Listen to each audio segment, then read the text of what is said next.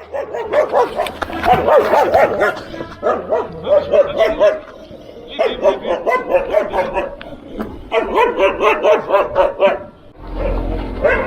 that was a little tense. I ended up grabbing a cone to defend myself if needed.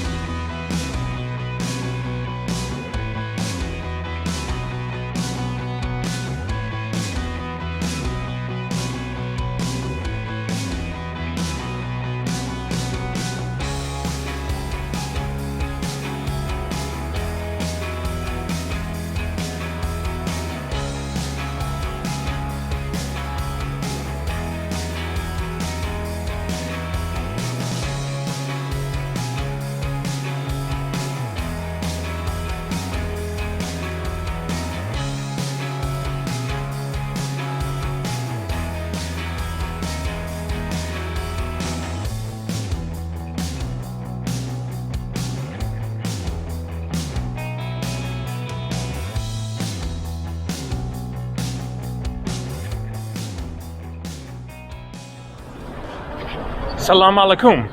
Good afternoon. Today is Thursday, September 26th, 2024. Currently 82 degrees Fahrenheit. That is 28 degrees Celsius with a nice breeze coming off of the Mediterranean Sea here. So in my video from yesterday, then I walked down here and went to the right. Now I am going to walk to the left and show the beach and the coast along this way. And in the process, talk about India, hello, and the Bald and Bankrupt video that has sparked some controversy. People thinking that he didn't show India in a positive light. So I am not here to blindly defend Ben, Bald and Bankrupt. His name is Ben, and he was traveling with another Ben, Backpacker Ben. Wait there, we go. Got some sake here. It smells like rice wine, yeah. What's it smell With like? Ben and Ben. My first time. Hello. Oh, it doesn't smell too strong. It's not like No, Exactly. it smells like typical rice wine. Let's just cheers. It's quite mild. Let's stick to cheers. Cheers, guys. Cheers, Nice cheers. meeting you, Gabriel, after so many years. Absolutely, it's finally happening. We're sipping, are we? Or we? We're sipping. Okay. It's good. Yeah, My first just a try slow of sip. sake. So I'm not going to just defend them. I'm not going to just trash them. I'm also not going to just defend India or trash India.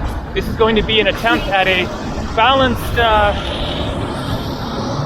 alternate perspective on traveling in India, and in the process also try to tell you how you can have a better experience than they had. So that is kind of the purpose of this video. So if you haven't seen it, then I will put the link down below, even though Bald and Bankrupt is not hurting for views on YouTube, but interesting video.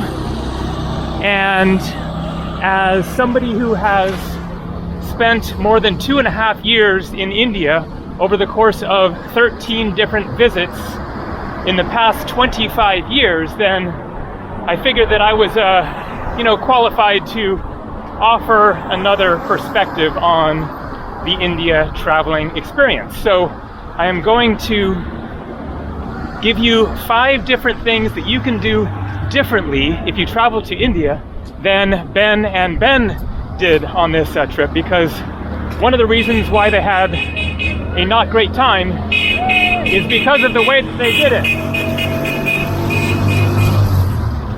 And so I will get to that in a couple minutes. First, I wanted to comment on the general India traveling experience. It is definitely not for everyone.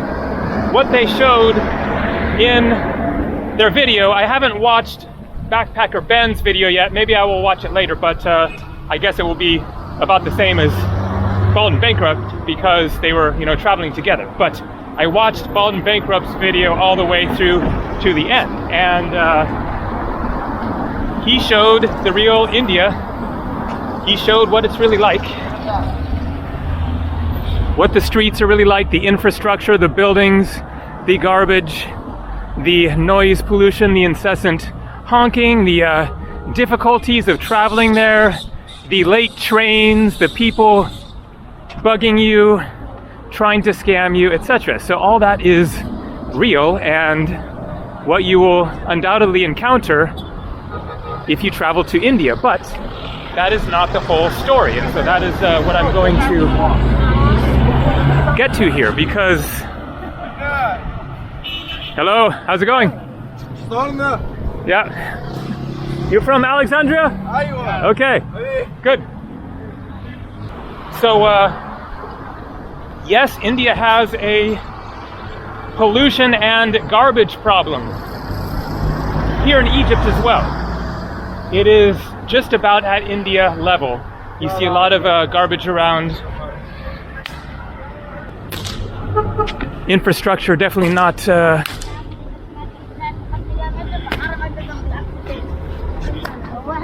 the same as what we are accustomed to in the West. Bad smells, noise pollution. Some people posted some funny comments about the honking, saying, for example, whenever you hit the gas on the car or the rickshaw, the horn honks. And there almost seems to be some truth to that. The honking is just constant and very annoying. So, yes, it is a challenge traveling in India. It is different. It is overwhelming. It seems nonsensical at times. Why don't they do it this way or that way? But who am I to criticize their country, how they manage things, you know, the conditions that they are living in? There are various reasons, of course, why it is the way that it is. And so I'm not here to trash India for being India. So India is one of my favorite countries to travel to for many reasons. The friendliness of the people, the incredibly delicious food, the wide variety of different types of places to see there, from the Himalayas to the deserts of Rajasthan to the beautiful beaches of Goa and Karnataka, the national parks, the wildlife, the temples, the history, the different religions, the harmonious living of different types of people speaking different languages, all living together in relative peace. And so I'm now going to get to what Ben and Ben could have done differently and had a better trip as a result, in my opinion. Look at those beautiful blue waters here in Marsa Matru. So I'm walking along there. There are some private hotel beaches over there that are supposed to be quite nice. You might have to pay for them, but I'm sure that it isn't much because Egypt here is very cheap. Quite similar to India. It might even be cheaper than India. So, tip number 1. Don't travel to India during rainy season.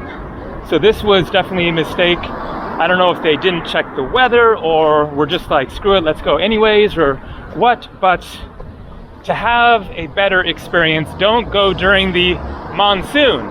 The monsoon in India is very extreme and it is very abrupt.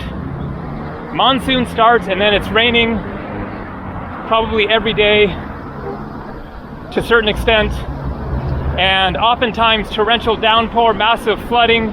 So I know that they were there during the rainy season because it is the rainy season now. I am considering going to India soon, and I am checking the weather and waiting for the monsoon to be over before I travel there. Because once the monsoon ends, that is it. It is done, and it is going to be sunny skies and warm for months with no rain. So there are various problems with being there during the rainy season. First of all, if it's pouring down rain outside, then not much you can do. Not much fun to go wander around in the rain, and so you're stuck in your hotel. Now, I don't think that they ever showed actual rain in Ben's video there, but you could tell it was the rainy season because, first of all, it was cloudy, and typically, especially in North India in the outside of rainy season, then you almost never see a cloud. It's just always sunny. And so you have much better light for filming in. For one thing, it just looks a lot better. As soon as you make anywhere overcast, cloudy and gray, then it just looks more dismal and gloomy. It could be Paris or London or wherever. But then also there is the issue, and this is a major one, which is that as soon as it's wet in India, then all of that filth, the dirt on the streets, the cow patties get all slick and disgusting. And so you're walking along and your shoes are getting wet. If you're wearing sandals, your feet are going to get all gross, and then you get back to your room and you have really gross muddy feet, maybe cow poo on them. How do you get across your hotel floor over to the bathroom to wash your feet or take a shower? And so it's just kind of this overall much more unpleasant situation when you add water to India. And then also, as you saw in the video if you watched it, then they get to Varanasi and the Ganges River is super high because it is rainy season, and so all of the rivers are going to be just chock full of water. And so as Ben remarked there, then the last time he was there, you could get down to the Ghats, which are the stone steps going down to the Ganges River, but you couldn't do that. It was just all submerged underwater. So tip number one, don't go to India during rainy season. Tip number two, this is a major one. Get out of the cities. So they went to 3 cities as far as what Ben showed in his video. Delhi, Varanasi, Kolkata. All very interesting cities, very vibrant, very bustling, very chaotic, very polluted, very overwhelming. So they're all interesting. Varanasi and Kolkata in particular, I would say, are the 2 best cities to visit in India. But if you want to see the best places in India, you have to get outside of the big cities. Go to the quiet places. That is where you really find the magic of India, is in the smaller towns, the villages, the Himalayas, the nice beaches, the very serene desert towns. So I'm going to throw out some ideas. Rishikesh, Mussoorie in the Himalayas, Joshimat, Leh Ladakh, Pushkar, Rajasthan, Jaisalmer, Rajasthan, Gokarna, Karnataka, just south of Goa. Nicer beaches and less crowded. Hampi, without a doubt, one of the most incredible places, not just in India, but in the world. Absolutely unreal, unique, spectacular place like nowhere else. Pondicherry and Oroville. Bodh Gaya. I haven't actually been there yet, but it is high on my list of places to visit in India. Chitrakoot, a mini Varanasi near Allahabad. which is now called Prayagraj. Haridwar, near Rishikesh. Khajuraho. And Orcha, a beautiful little town on a river with tons of temples and palaces to visit, as well as really pleasant countryside that you can bicycle through. So those are just a few ideas, but get away from Delhi, Varanasi, Kolkata, Mumbai, Chennai, Hyderabad, Bangalore. Get out of the crazy cities and you will have a very, very different experience. Okay, tip number 3 is don't travel too fast. So as Bald and Bankrupt showed in that video, it covered 4 days. In 4 days, they went to those 3 cities in just 4 days. Now, it wasn't clear whether they stayed longer after that. The video ended in Kolkata and then he didn't show where they went after that. So I don't know, maybe they stayed longer, maybe they went to some other places after that, but still, to travel that massive of a distance through 3 huge cities, very long train journeys between each one, in just 4 days is that's a different way to do it than I would do it, let's say. I would spend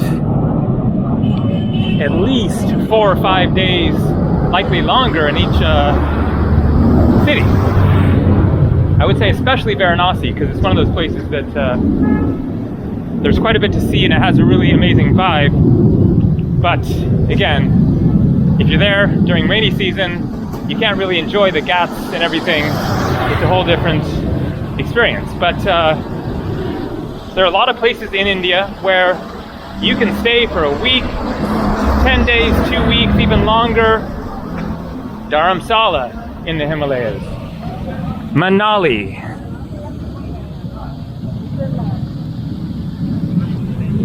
and really just chill out, relax, and have time to genuinely enjoy yourself without, rushing, having this journey the day after you arrive, 14 hours on a train, etc., to get to the next city. So go to India and plan to spend months if you can, at least a month minimum. My first time to India in 1999, 5 months. And I was left with much, much more to see, which is why I've gone back 12 more times since then and will likely go back again in just a few weeks. So I wanted to get back to the beach here. Let's see if this is a walkway that I can walk along to the left. Ah, private? I see. Okay, no problem. All right, well, that didn't work. This seems to be the area where the whole beach zone is private beaches owned by the hotels here. So it's kind of a fancier area, which is what I wanted to show. So we'll see if I can manage to get some beach access somewhere up ahead. So tip number 4 is, if you're going on a long train journey and you want it to be a more enjoyable experience, then pay for a better class ticket in a nicer coach on the train. So I'm going to explain the Indian train options. There are 5 options generally. First is 3rd class, also called general class. And so that is the worst one, where they just sell as many tickets as people buy them, and you will just be absolutely crammed in there. You won't have your own bunk. You will very likely be sitting on the floor or standing or sitting on a luggage rack, or who knows, maybe on the roof of the train, or that's the one that you want to avoid, other than every once in a while for the experience. I've done third class 3 times and they were all super brutal, but still an interesting experience nonetheless. And then next up is second class sleeper, and so I think that is what they had, where you get your own bunk. And pro tip, get the top bunk, because the middle bunk folds down and becomes the back of the seat for the bottom bunk. The bottom bunk is where people sit during the day. The top bunk stays up there, and then you have a bunk all day. If it's going to be through the day, then you're sitting or even napping. Hello. Can I pay for beach? Reception. Reception, okay. Yes. Thank you. So with that one, then there's a fee to use the beach. It is 150 Egyptian pounds. That is just $3, so I was all in to pay that. It looked like a really nice beach. But then he said, "Are you alone?" And I said, "Yes." And he said, "Oh, it's only for families. You can't go there as a single guy." So much for that. But it looks like we will see the water up ahead. So when it comes to the trains, then, you know, if you're on a super tight budget and want to go the cheapest route, then second class sleeper is a good way to go. It is very cheap. It is decent enough. You get your own bunk, at least your own space there, especially if you go for the top bunk. But as you saw in that video and may have experienced yourself in India, then they're noisy, they're more crowded. You have all of the people coming through selling all this stuff, which can be good. Then you get snacks and drinks and stuff, but it's also more chaotic. Go one level up, and so the next 3 levels are all called AC class. So there's 3 AC, 2 AC, 1 AC. 1 AC is the most expensive one, and that is likely too expensive for many people traveling to India. But go for the 3 AC, and it isn't that much more expensive than the second class sleeper, but it is definitely a real step up. Cleaner, quieter, less chaotic. You have less of the random people getting in your face, the scammers and toots trying to sell stuff, etc. Okay, well, end of the line here. So out there you can see a really nice beach. I wonder if this boat is going.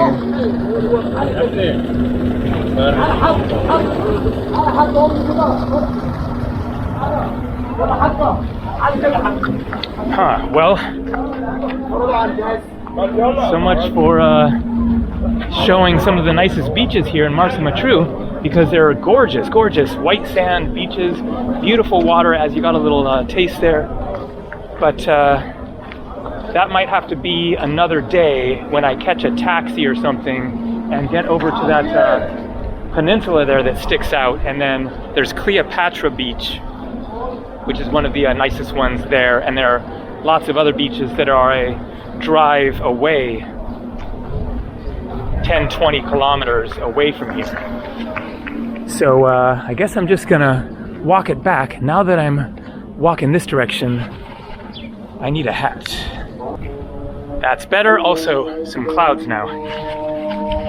So if you're gonna be on a train for 14 hours, then it is worth paying another like $5 or something, or $10 or whatever, to have a much better experience. So that really would have changed things. That wouldn't have changed the train being late by like 7 hours or something. So that's, you know, a real pain in the butt there. But at least once you get on it, you're going to enjoy your 14 hours of sitting there more.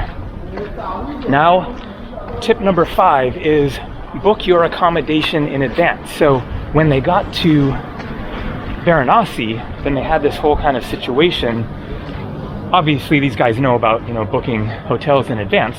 Maybe that just isn't normally how they do it, or not in India, or maybe because the train was late, they decided to wait until they got there.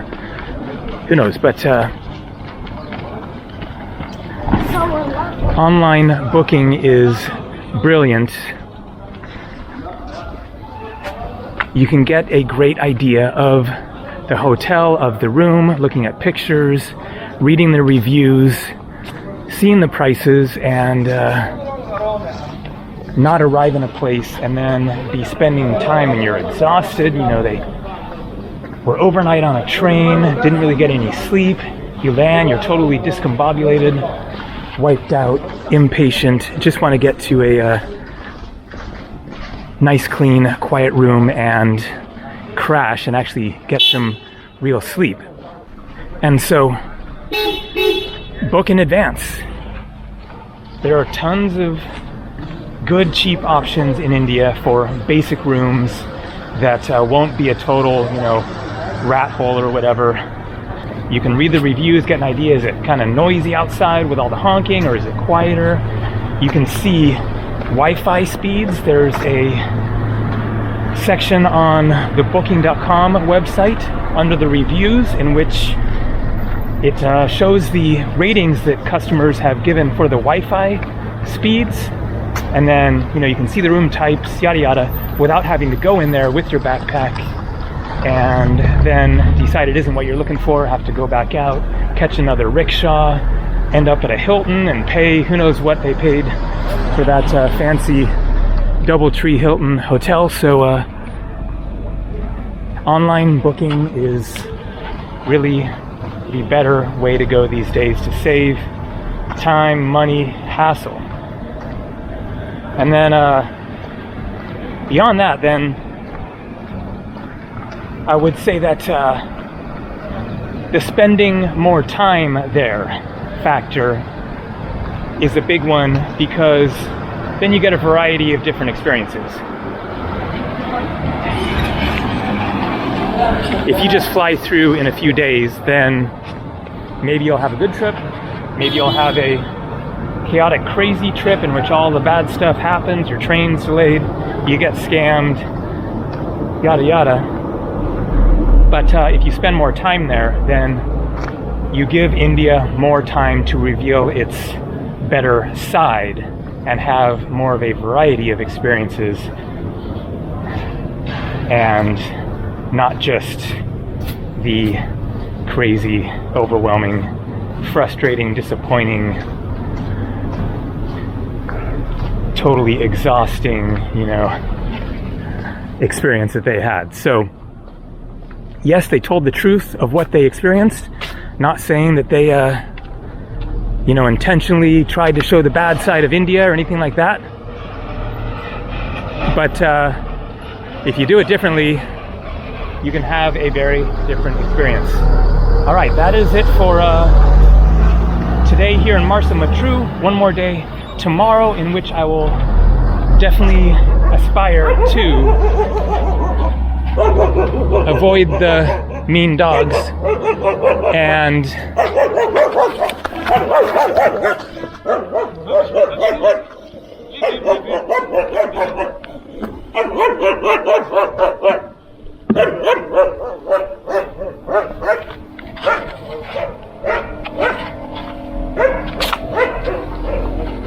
okay, that was a little tense. I ended up grabbing a cone to defend myself if needed.